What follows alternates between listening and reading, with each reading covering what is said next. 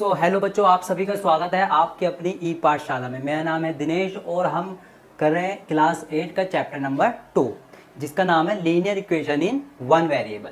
पिछली क्लास में हम एक्सरसाइज नंबर 2.1 कंप्लीट कर चुके हैं। अब हम कर रहे हैं एक्सरसाइज नंबर 2.2। तो देख लेते हैं इस क्वेश्चन के अंदर क्या है। 2.2 में solve the following linear equation, यानी कि इसमें भी हमको लीनियर इक्वेशन सॉल्व करनी है, वेरिएबल की वैल्यू ही फाइंड करनी होगी, है ना। तो यहाँ पे कुछ इक्वेशन दे रखी है लीनियर इक्वेशन। पिछले उसमें हमने देखा था कि हमारे पास कुछ इस तरह की इक्वेशन थी 3x + 7 = 4। हमने सिंपल सी इक्वेशन थी, इसको हमने सॉल्व कर दिया था, है ना। अब यहाँ पे देखो थोड़े से किस तरह की इक्वेशन है अपॉन में, तो देखते हैं ये भी कैसे सॉल्व करते हैं। बस एक चीज़ याद रखनी है हमको, इसके अंदर जो वेरिएबल वाली टर्म होती है यानी कि जो लाइक टर्म होती हैं वो एक तरफ रखनी है और जो अनलाइक टर्म होती हैं वो एक तरफ। जैसे मान लो मेरे पास 3n है, ठीक है, 3m = 5m + 7, ये मेरे पास इक्वेशन है, ठीक है। हमको क्या करना है, वेरिएबल वाली टर्म जो होती है एक तरफ को रखनी है, यानी लेफ्ट साइड में रख लो या राइट साइड में रख लो, और जो बिना वेरिएबल वाली है वो एक साइड में रखनी है, ठीक है। हमारी इक्वेशन किससे बनती है, लेफ्ट साइड और राइट साइड से। तो देखो इसके अंदर भी लेफ्ट हैंड साइड होगी और राइट हैंड साइड होगी, है ना। तो सॉल्व करते हैं इसको। चलो देखो यहाँ पे क्या है, इक्वल टू का साइन है, यहाँ पे लेफ्ट हैंड साइड होगी और यहाँ पे होगी राइट हैंड साइड। ये अभी तक हमने सारी इक्वेशनों में देखा है ना, लेफ्ट हैंड साइड और राइट हैंड साइड होती है। अब देखो जो वेरिएबल वाली टर्म है ना उनको एक साथ रख लो, वेरिएबल वाली टर्म ये और ये वेरिएबल वाली टर्म ये है, ठीक है। इनको लेफ्ट साइड में ले आओ। तो x/2 तो यहाँ पे पहले से ही है, तो x - 3 राइट साइड में है। जब राइट साइड से कोई नंबर लेफ्ट साइड में उठ के आता है यानी अपना प्लेस चेंज करता है तो अपना साइन भी चेंज करता है ना। तो यहाँ पे प्लस का है तो यहाँ पे आके क्या बन जाएगा, माइनस का बन जाएगा, ठीक है। इक्वल टू का साइन लगाओ। इक्वल टू के बाहर अब कौन बचा है, 1/4 यहाँ पे पहले से ही है, ठीक है। 1/5 को यहाँ से उठा के राइट साइड में शिफ्ट कर दो। यहाँ पे क्या था, माइनस का, यहाँ आके बनेगा प्लस का, ठीक है। इतना काम हो गया। अब देखो कभी भी नीचे इस तरह की टर्म होती हैं 3x, अगर मान लो इस तरह x + x/3 प्लस में 2/3, तो हम क्या करते हैं, नीचे वाले का एलसीएम लेते हैं, डिनोमिनेटर का एलसीएम लेते हैं, है ना। तो चलो ठीक है, यहाँ पे डिनोमिनेटर का एलसीएम लो। 2 और 3 का एलसीएम कितना आएगा, 2 और 3 का एलसीएम देखो कितना आएगा, 2 × 1 = 2, 3 और 3 × 1 = 3, ठीक है। 3 × 2 = 6, यानी कि 6 इसका एलसीएम आएगा। तो इसका एलसीएम लिखो यहाँ पे 6। आप बताओ कि 2 के टेबल में 6 कब आता है, 2 के टेबल में 2 × 1 = 2, 2 × 2 = 4, 2 × 3 = 6, 6 आता है 3 टाइम्स में। तो यहाँ पे लिखेंगे 3 और न्यूमिनेटर में कौन सा नंबर है, x, ठीक है। ये माइनस लगाएंगे। 3 के टेबल में 6 कब आता है, 2 टाइम्स में, तो यहाँ पे लिखेंगे 2 और न्यूमिनेटर में नंबर है हमारे पास x, इक्वल टू का साइन। 5 और 4 का एलसीएम लो। अब देखो ये दोनों 5 क्या है, एक प्राइम नंबर है ना। तो 5 4 से कितना आ जाएगा, 5 × 1 = 5, 4 और 4 से 4 काट दो, 5 4 से 20, ठीक है। इसको मल्टीप्लाई करके भी लिख सकते थे हम। तो यहाँ पे कर दो, यहाँ पे कितना आ जाएगा इसका एलसीएम 20। 4 के टेबल में 20 कब आता है, 5 टाइम्स में, तो 5 न्यूमिनेटर में है 1 प्लस 5 के टेबल में 20 कब आता है, 4 में, तो 4 × में 1। सॉल्व करो, अंदर इसको 3 को x से मल्टीप्लाई करो, 3x - 2x / 6 इक्वल टू 5 × 1 = 5, 4 × 1 = 4/20, ठीक है। इतना हो गया। अब यहाँ पे आ जाओ, 3x में से 2x चला गया तो हमारे पास एक x बचेगा, है ना। और नीचे कौन है, 6, डिनोमिनेटर में 6 चल रहा है, इक्वल टू का साइन लगाओ।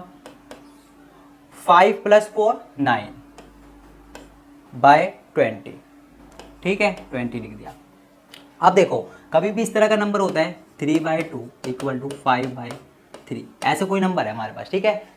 तो हम क्या करते हैं, इस वाले नंबर को इससे मल्टीप्लाई कर देते हैं, इस वाले नंबर को इससे मल्टीप्लाई कर देते हैं। जब इक्वल टू का साइन होता है तो क्रॉस मल्टीप्लाई करते हैं, है ना। तो यहाँ पे भी इक्वल टू का साइन है, क्रॉस मल्टीप्लाई कर दो। 20 को x से मल्टीप्लाई करो तो 20x इक्वल टू 6 को 9 से करा तो 9 × 6 कितना होता है, 54। तो x की वैल्यू कितनी आ जाएगी। आप देखो मल्टीप्लाई का नंबर लेफ्ट साइड से जब राइट साइड में जाएगा तो क्या बनेगा, डिवाइड, है ना। तो यहाँ पे 54 लिख दो। यहाँ पे 20 मल्टीप्लाई था, इस तरफ आया तो डिवाइड बन गया। x की वैल्यू कितनी आ जाएगी, काट दो इसको, 2 × 1 = 2 और 0 का 0, 2 × 2 = 4, 2 × 7 = 14, तो यहाँ पे आ गया 27/10। x की वैल्यू कितनी आ गई हमारे पास, 27/10। बिल्कुल सिंपल सी इक्वेशन थी, पहले भी हम कर चुके हैं, है ना। बस वो एक चीज़ याद रखनी है हमको इन इक्वेशनों को सॉल्व करने में, जो वेरिएबल वाले नंबर है उनको एक साइड में लिखना है और जो बिना वेरिएबल वाले हैं वो एक साइड में, ठीक है। चलो अब दूसरी इक्वेशन पे आ जाते हैं। दूसरी इक्वेशन क्या है हमारे पास, देखो n/2 3n/4 5n/6 equal to 21। अब देखो यहाँ पे हमने एक चीज़ देखी कि जितने भी वेरिएबल वाली टर्म है ना वो अपने आप ही लेफ्ट साइड में ही लिखी हुई है ना। ये होती है लेफ्ट हैंड साइड और ये होती है राइट हैंड साइड यहाँ की, है ना, इक्वल टू के बाहर की। तो हमने देखा कि सारी n वाली टर्म लेफ्ट साइड में ही लिखी हुई है, तो हमको कोई भी टर्म छेड़ने की जरूरत नहीं है ना। तो इसका एलसीएम ले लो, 2 4 6 का एलसीएम लो, कितना आ गया 2 4 6 का एलसीएम, 2 1 जा 2, 2 2 जा 4, 2 3 जा 6, 2 1 जा 2, 3 का 3, 3 1 जा 3, 3 2 जा 6, 6 2 जा 12। तो इसका एलसीएम कितना आ गया 12, 12 लिख दो यहाँ पर, ठीक है। 2 के टेबल में 12 कब आता है, 2 के टेबल में 12 6 टाइम्स पे, तो 6 न्यूमिनेटर में कौन सा नंबर है n, माइनस 4 के टेबल में 12 कब आता है, 4 3 जा 12 होता है ना। तो यहाँ पे लिख दो 3 और न्यूमिनेटर में 3n, प्लस 6 के टेबल में 12 कब आता है 2 में, तो यहाँ पे लिखा 2 और यहाँ लिख दिया 5n इक्वल टू 21। ठीक है, इतना काम हो गया। अब मल्टीप्लाई कर दो अंदर, 6 को n से मल्टीप्लाई करेंगे तो 6n, माइनस 3 3 जा 9n, प्लस 5 2 जा 10n, है ना, और नीचे क्या आ जाएगा 12 इक्वल टू में 21।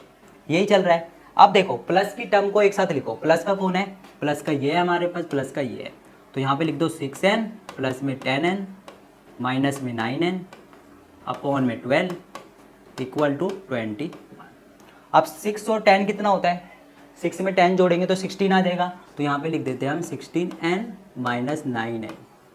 अब देखो ये 12 क्या था यहाँ पे डिवाइड में, जब ये इक्वल टू के बाहर जाएगा तो क्या बनेगा, मल्टीप्लाई में बन जाएगा। तो यानी कि 21 से हमको मल्टीप्लाई करना है किसको, 12 को, ठीक है।